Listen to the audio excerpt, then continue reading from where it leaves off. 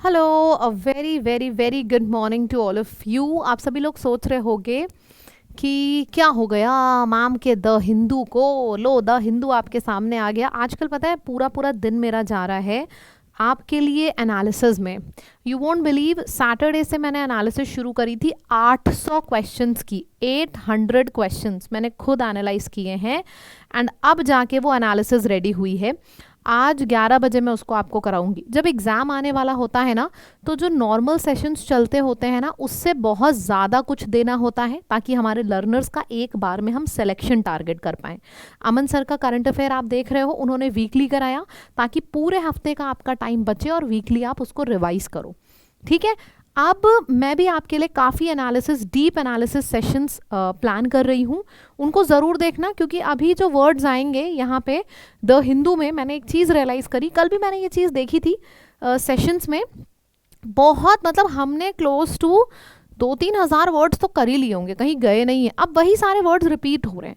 तो अब कुछ ऐसा आपको देना है एग्ज़ाम तक फ़िलहाल जो आपके एग्ज़ाम की नॉलेज को इन्हांस करे। मैंने कुछ सोचा है आप लोगों के लिए, वो सारी चीज़ें मैं आपसे डिस्कस करूंगी एक एक करके।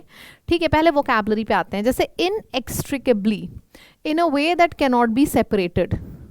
सेपरेट नहीं हो सकता है, मतलब कि जॉइंट है, यूनाइटेड है। इनसेपरेबल, इनडिजोल्यूबल, डिजोल्व नहीं हो सकता, अलग अलग हिस्सों में टूट नहीं सकता, ब्रेक नहीं हो सकता, अनब्रेकेबल है। ऑपोजिट क्या हुआ? यूनिटी, कोऑर्डिनेशन, एक साथ।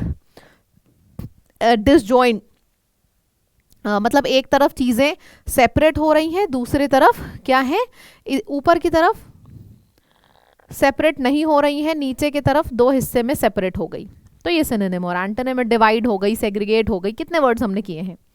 पेन्सटेकिंग, पेन्सटेकिंग का मतलब होता है कोई चीज़ आप कर रहे हो बहुत ज़्यादा एफर्ट्स लेके, मतलब कि बहुत ही ज़्यादा हार्ड वर्किंग तरीके से, hard working, meticulously, thorough, diligent. तो ये सारे वर्ड्स हो गए जो कि पेन्सटेकिंग यानी कि पेन लेके काम करना के सिनोनिम्स हैं। ऑपोजिट है हेस्टी, स्लोपी, रेकलेस, ये ऑपोजिट है। अब आ जाएगा नोज डाइव। नोज डाइव का मतलब होता है डिक्लाइन रैपिडली और सडनली। समझो ऐसे nose, this is diving, nose diving, नीचे की तरफ जाना, नोज डाइविंग। ठीक है, ड्रॉप, फॉल, प्लंज, नीचे की तरफ जाना। उसका ऑपोजिट क्या होगा? ग्रोथ, प्रमोशन, डेवलपमेंट, ऊपर की तरफ जाना, राइज, इंक्रीज, ये सारे हो जाएंगे सिनोनिम। बताओ सच, क्या ये वर्ड हमने नहीं किया है? क्या ये वर्ड हमने नहीं किया है? बार बार अब हमने इतने वर्ड्स कर लिए द हिंदू में कि बार बार सेम वर्ड्स रिपीट हो रहे हैं। अब देख रहे हो ना आप लोग ये चीज़। हमें आपके एग्जाम के लिए ये द हिंदू की भी थोड़ी स्ट्रैटेजी, काफ़ी कुछ चेंज करना पड़ेगा। तो वो सारी चीज़ें जैसी मेरे पास आती जाएंगी मैं आपके साथ डिस्कस करती चली जाऊंगी। फिर आ जाएगा इम्पेरेटिव। इम्पेरेटिव का मतलब होता है, इम्पेरेटिव का शॉर्ट फॉर्म हो गया IMP। IMP का मतलब है इंपॉर्टेंट। सो इम्पेरेटिव का मतलब होता है something that is important, crucial, vital. Opposite क्या है? ऑप्शनल है, मतलब उतना ज़्यादा नेसेसरी नहीं है, अननेसेसरी है, नॉट इम्पॉर्टेंट है, ये सब इसका ऑपोजिट हो जाएगा। एम्बैरस, अच्छा इस वर्ड को ध्यान से देखना, ये आपके एग्जाम्स में स्पेलिंग में भी बहुत पूछा जाता है।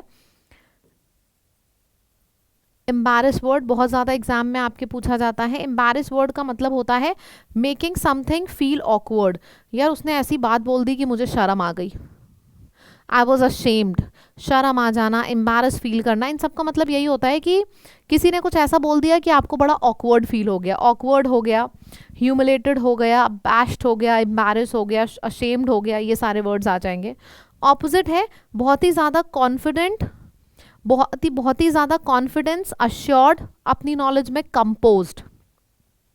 अच्छा, कंस्पायर का मतलब क्या होता है? कंस्पायर और कॉन्स्पिरेसी मतलब होता है षड्यंत्र। षड्यंत्र, ट्रिक, स्ट्रैटेजी, प्लान बनाना, प्लॉट, स्कीम, ये सारा हो जाएगा। ऑपोजिट, एक तरफ आप षड्यंत्र रचा रहे हो, दूसरी तरफ चीज़ों को एकदम ऑनेस्ट तरीके से कर रहे हो, तो ऑपोजिट हो जाएगा ऑनेस्टी, ओपन तरीके से करना, ओपननेस।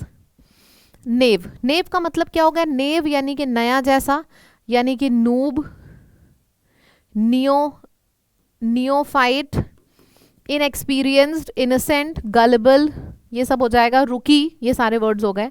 ऑपोजिट है बहुत ही ज़्यादा एक्सपीरियंस्ड है, एक्सपर्ट है, प्रोफेसर है, कनॉइजर है, मास्टर है, वर्च्यूसो है, मास्टेरियो है। कितनी बार ये वर्ड किया है हमने, इसी हफ्ते में 2 बार हम ये शब्द कर चुके हैं। ठीक है, चलो अब आपका ये जो स्ट्रैटेजी है पढ़ने की थोड़ी सी चेंज करनी पड़ेगी। क्या स्ट्रैटेजी रखनी होगी आप लोगों को, वो अगले 1 से 2 दिन में, हो सकता है कल ही मैं आपको बता दूं। ठीक, तो क्या रखनी होगी मैं आपको बता दूंगी। Idioms under fire, under, he is under fire, आग के अंदर कोई इंसान उबल रहा है, जल रहा है, मतलब criticised. Under fire is being criticised, किसी को नीचा दिखाने की बात हो रही है। बैक चैनल, किसी चीज को बैक चैनल में करना, यानी कि सीक्रेट तरीके से करना। मेरी उस टीम से बैक चैनल बात हुई, यानी कि सीक्रेट तरीके से मैंने उससे बात कर ली, सबके सामने नहीं करी। To many by took many by surprise, यानी कि अनएक्सपेक्टेड। बहुत से लोग इस चीज को देख के शॉक्ड हो गए, they were not expecting it, और ये हो गया, मतलब कि they were shocked, they were surprised. Confidence booster 2 question है, फटाफट करिएगा। इनएक्सट्रिकेबली, नोज डाइव, इसका मतलब है हम बात कर रहे हैं डिसॉल्युबल, और नोज डाइव इज प्लंज। बहुत बढ़िया।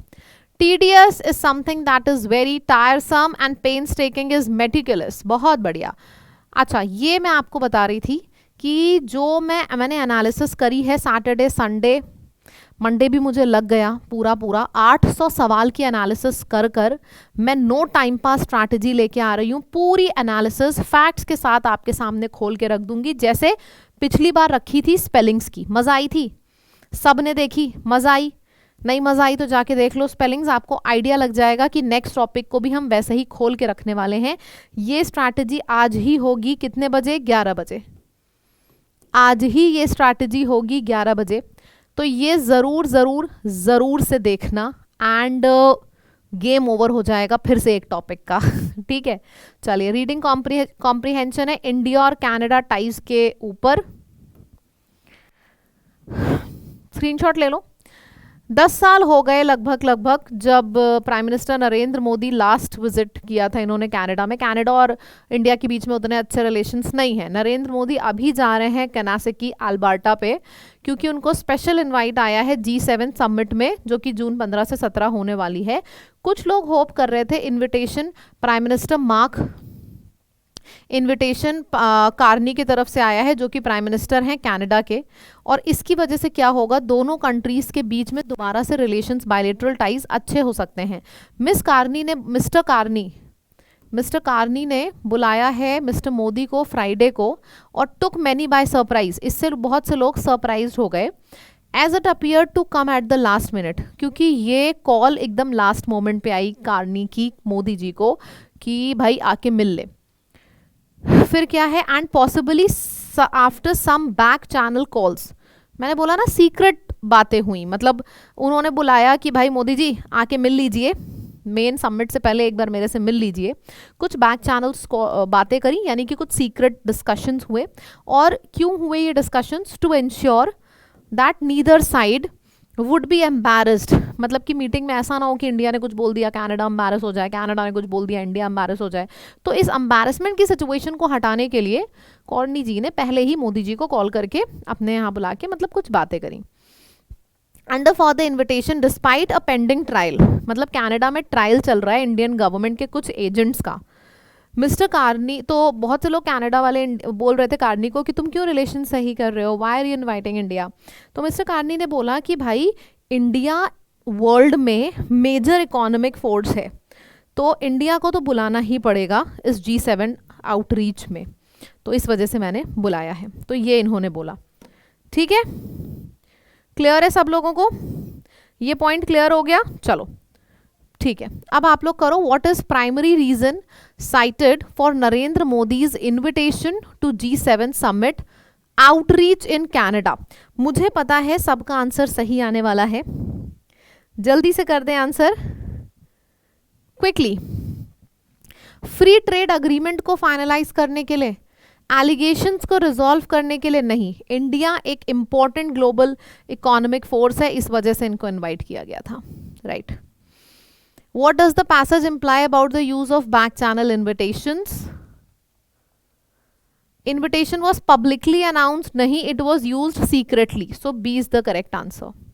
ये चीज़ें आप लोग इतनी बार कर चुके हो। देखो, आपको अगर अभी भी आपके क्लोज टेस्ट में, पैराजंबल में, रीडिंग कॉम्प्रीहेंशन में मतलब सारे के सारे सवाल अगर सही नहीं हो रहे हैं, मुझे कमेंट लिख के ज़रूर बताना, क्योंकि एग्ज़ाम के टाइम नॉर्मल चीज़ें नहीं चलती हैं। एग्ज़ाम के टाइम कुछ अलग कराना होता है, वो भी मैं कराऊंगी।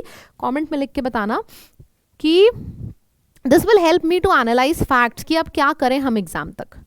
ठीक है, तो ज़रूर करके बताना अगर अभी भी आपके क्लोज टेस्ट या रीडिंग कॉम्प्रीहेंशन या पैराजंबल में नंबर इंप्रूव नहीं हो रहे, या फिर अगर हुए हैं तो कितने हुए हैं, ज़रूर बताना। ठीक है, I try to figure out something.